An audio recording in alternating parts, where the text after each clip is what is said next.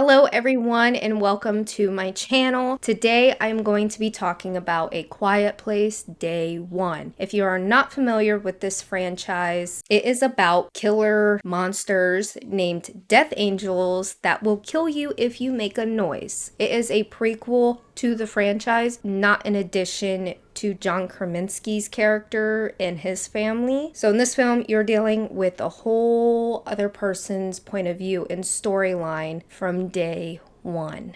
I have seen a lot of back and forth about if people like this movie or not. I enjoyed this movie. It was definitely more sad than scary to me, but I did really like this movie. The first one was absolutely and still is my favorite one because it's an introduction to the franchise and because I think it's a really good concept and it has audience members thinking, what would they do in order to survive in this scenario? The second one, I will be honest, I had to turn it off, not because of it being bad. It's because in the movie there is a baby in it. The baby can't defend for itself. I lost a baby. I lost my daughter in 2020, and so it was just too soon for me to watch it. I will watch it, the whole thing, because I feel like I am ready now and because I really did like this third one. A lot of people also don't like the storyline of the main character in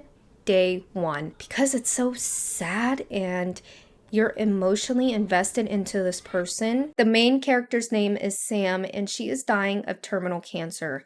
She's currently living in hospice and she's already living on borrowed time. Now, I know some people feel like, why would they want this whole movie to focus on this person's point of view when she knows and we know that she's just going to die anyways? And I agree with that, but also hypothetically, if this were to happen in real life, there are going to be people dying of cancer who is going to have to survive also. It's not just a final girl or a family trying to survive. I think they definitely took a chance doing that. Horror films, for most people who enjoy them, some of them don't want a sad storyline. They want to, even though horror films do deal with sad storylines, it's just that everybody's storyline is going to look different. But this one definitely focuses on just one person's day one experience, along with the cat and Joseph Quinn's character, rather than society as a whole. And a lot of people felt like it needed a broader scope for this film being about day one. A lot of people wanted more gore and how were these monsters created or how did they come to Earth, even though we know why they come to Earth. It's like a meteorite that strikes Earth.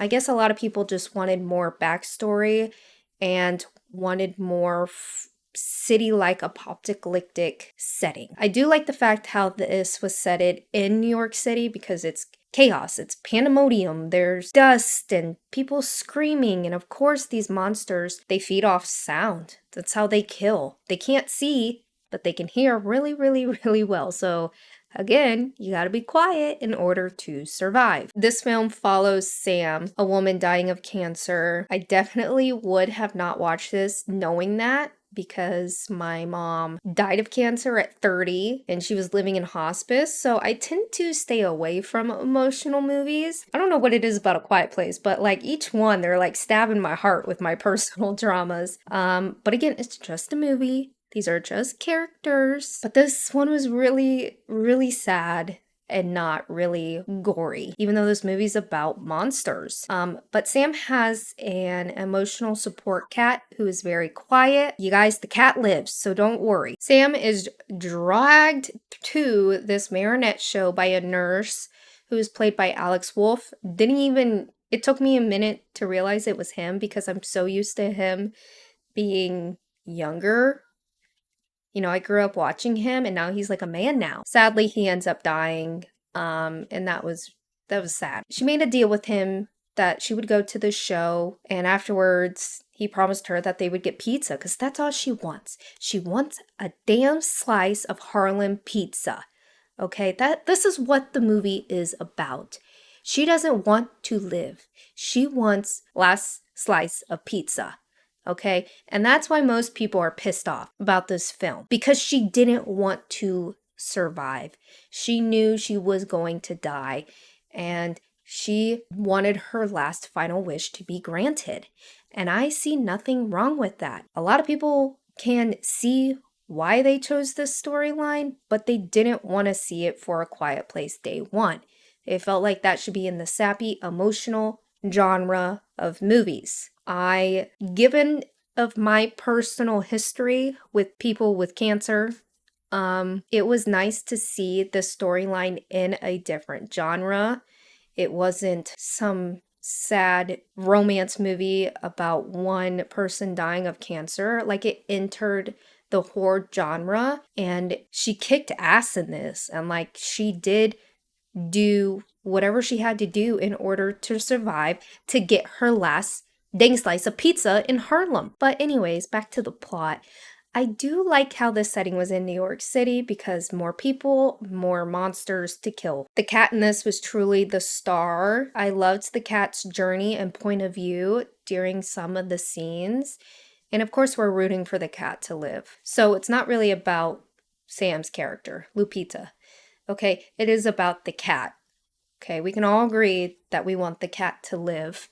And honestly, I would have loved to seen A Quiet Place Day One, A Cat's Journey. Cat's cute, quiet. It's like Baby's Day Out, but for a cat. Some of these scenes were definitely suspenseful. I felt like they could have upped this suspense a little bit more. There's a scene where everybody is walking to go get safe, to go get on these boats to get away from the city. And I just knew it was gonna end badly, because all the footsteps were making noises. People have rolling luggage. Heart pounding for me, because I was like, oh my gosh, can they hear? Like, can the Death Angels hear all this? Because I can hear it.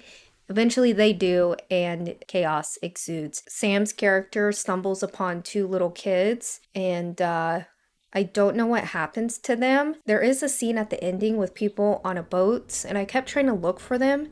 I don't know if they made it out alive. She sent them to go get safety when everybody was walking in the city quietly, but not quiet enough. Joseph Quinn's character, who struggles with really bad anxiety, he is not from New York City. He's fairly new to the area, and he connects with Sam's character. She wants nothing to do with him, because she's not going where everybody else is going. Everybody's going to safety, and she wants to stay in this city, go to Harlem, so she can get her final wish. And he tags along with her and the cat. But they end up in the subway. She's going to help him get to safety, because she knows where people are heading to get on boats to get away from the city. But on that journey to that safe place, they are in an underground subway area. There's water filling up. It reminded me of that scene in Cloverfield where they're in the subways and like the monster comes up. I got that Cloverfield vibe while watching that scene, and I'm a sucker for Cloverfield. I loved that film. Found footage, and it really scared me. In this, we kind of already knew that the Death Angels can't swim, but it was scary to see it swim after the two characters. Eventually, the Death Angel dies, and they are able to get to safety. The climax of this film was when she gives Joseph Quinn her cardigan and her cat, and she says goodbye because she's staying, and he has to get this cat on this boat that's already leaving the dock. So he has to hurry to the boat, that way he and the cat can make it. But in order to do this, he's going to have to be a little bit noisy. He's going to try his best to be quiet, but Sam's character, she starts banging up cars, that way they come after her and not him. This scene there could have been more to this. But again, what else more could they have done to make this scene more suspenseful? They had the Death Angels coming after them. She's banging the cars. You don't know if they're going to come after her. They end up chasing him because he's making noises.